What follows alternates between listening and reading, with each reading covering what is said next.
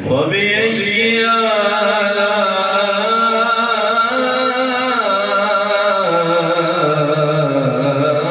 آلاء ربكما تكذبان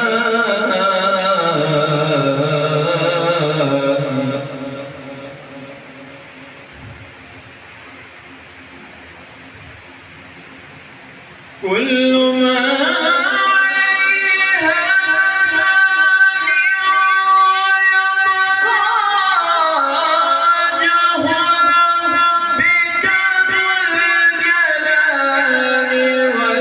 والإكرام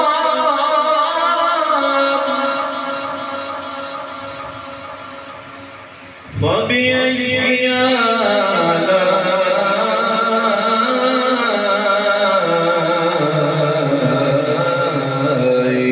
ربكما تكذبان صدق الله